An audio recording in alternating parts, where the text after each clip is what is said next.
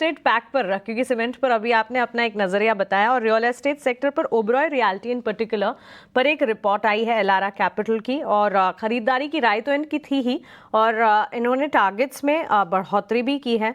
दोबारा खरीदारी की राय दी है। 2350 के लक्ष्य 2283 के लेवल्स पर ये क्लोज हुआ है। इनका ये कहना है कि एक्सपेंशन जो है कंपनी डोमेस्टिकली काफ़ी अच्छा कर रही है। महाराष्ट्र में ही अलीबाग में लग्जरी विला होटल्स बनाने के प्लान्स हैं, जो कि काफ़ी पॉजिटिव छोटी अवधि में के लिए नजर आएंगे। इसके अलावा वित्त वर्ष 2024 से 26 में प्री सेल्स ग्रोथ जो है वो 59% होने की संभावना भी जताई है। फंडामेंटली न सिर्फ ओबरॉय रियल्टी लेकिन रियल एस्टेट प्लेयर्स में स्ट्रॉन्गेस्ट प्लेयर आपको क्या कौन सा नजर आ रहा है? निवेश के लिहाज से किस तरह के सेंटिमेंट्स होने चाहिए? Morning Mansi.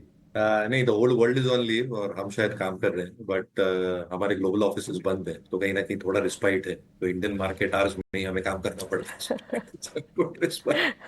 Having said that, मुझे लगता है, आई थिंक जो रियल एस्टेट सेक्टर है, ऑब्वियसली आई थिंक जो एक साइकिल से गुजर रहा है, there is still a good 2-3 years which are remaining for this real estate cycle to play out. जो हमने पोस्ट कोविड स्पेसिफिकली नए लॉन्चेस देखे थे, जो प्री सेल्स वेलोसिटी देखी थी, that has continued till the last financial year.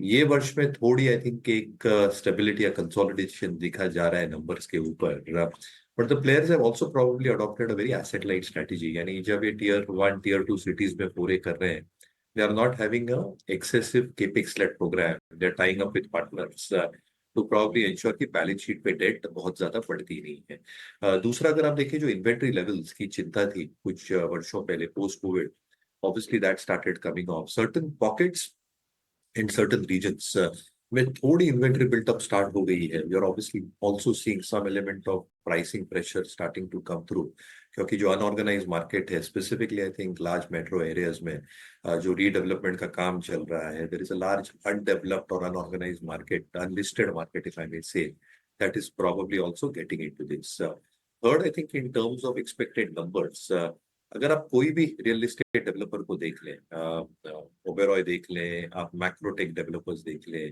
they've actually put out better numbers in terms of pre-sales, in terms of cash flows, in terms of margins, in terms of their leverage component coming down. और इसलिए शायद ये space में जो एक earnings का एक momentum है, ये शायद बरकरार रह सकता है। Obviously players like Oberoi, DLF, if you continue holding, you should. But we actually like a proxy to this entire play. तो कैपिटल साइट इंफ्रा में काफी पसंद आ रहा है 2-3 वजह से। एक, इनकी जो ऑर्डर बुक है 9,000 करोड़ की, ये ऑब्वियसली अगले 4 या 5 वर्षों के लिए रेवेन्यू विजिबिलिटी देती है।